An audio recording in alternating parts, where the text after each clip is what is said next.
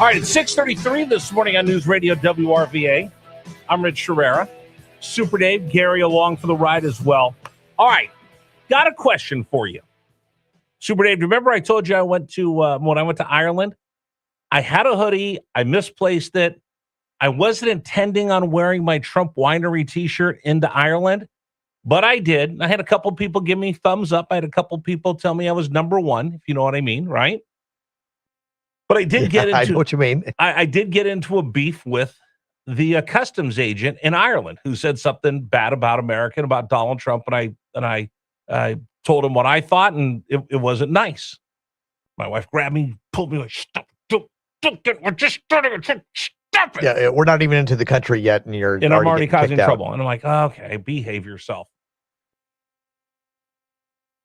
So I wanted to ask you this question. If you're conservative, if you're a Republican, do you, and I say this for a reason, as I drive around Richmond, when I drive around Virginia, I see a ton of Kane stickers, Abigail Spanberger stickers. I see a ton of Harris wall stickers on cars. You know what I don't see a lot of, Dave? I don't see a lot of Donald Trump stickers. I don't see a lot of Rob Whitman stickers in the back of cars. I used to always put a sticker on the back of my car for the presidential candidate I was going to support, starting with Reagan on through Bush and the rest. I don't put those in the back of my car anymore, Dave. You want to know why? Why? Because I'm afraid, I literally have a fear that if I did that, someone is going to key my car or break my window. And I'm not crazy. Look what happened to Teslas when Elon Musk became associated with Donald Trump. All of a sudden, Teslas are being attacked simply for being Teslas.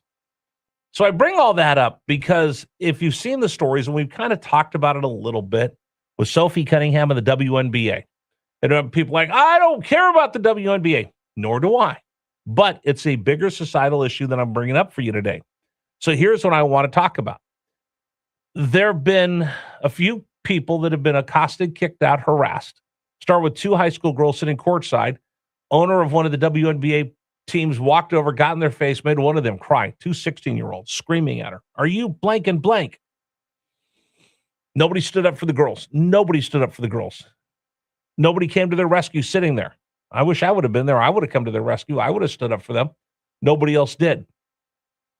And then we have the whole debate. Well, the WNBA is inclusive. Here's what I'm going to tell you. Double speak for the WNBA and for the left when they say inclusive, and that they love inclusivity is double speak, meaning they love you and you can be inclusive as long as you see their way. And I'll give you this prime example right here.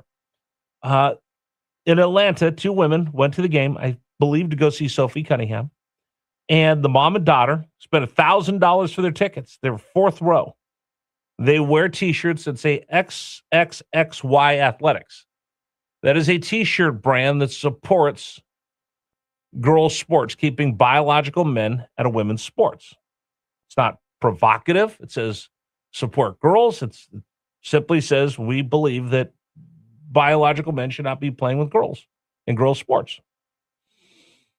Is it controversial? I don't think so, unless you disagree with it, and then it's offensive. So during the game, WNBA security came up to this mother and daughter who were sitting there and told them either you put on these T-shirts to cover what you're wearing, or we're going to kick you out of the game.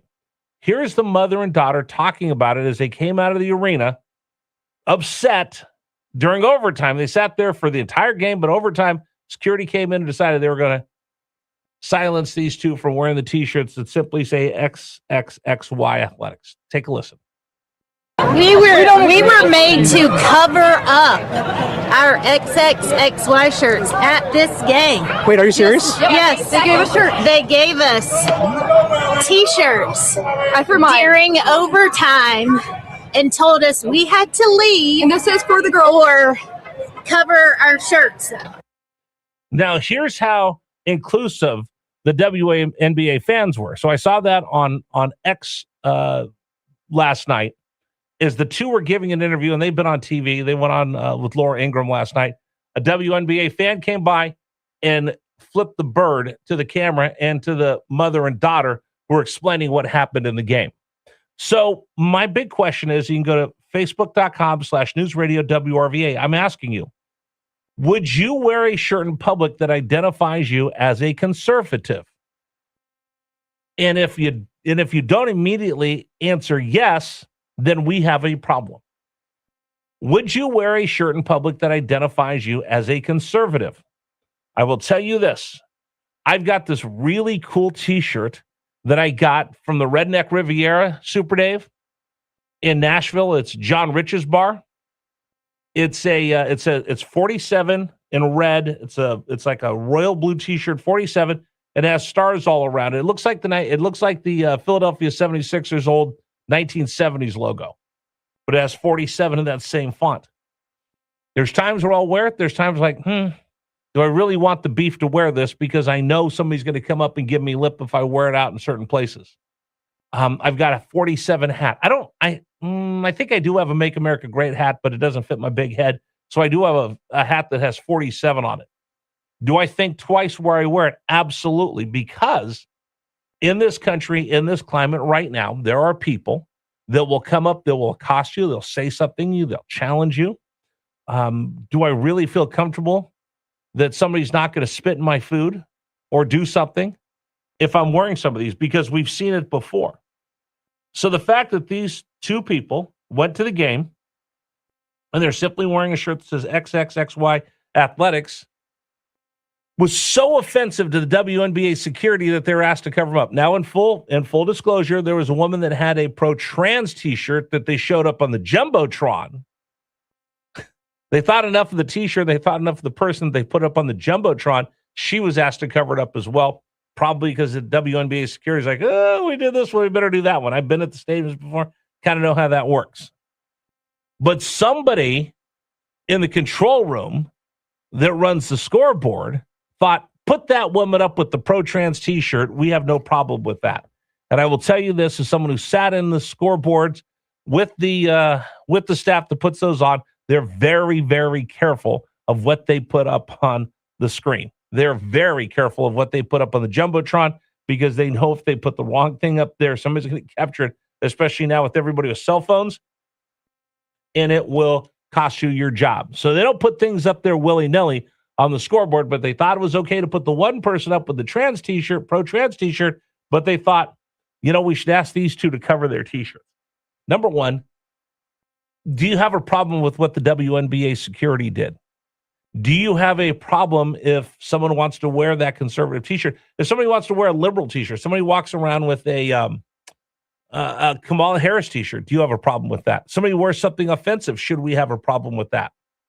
Like at Disney, Dave, you're not allowed to wear offensive T-shirts.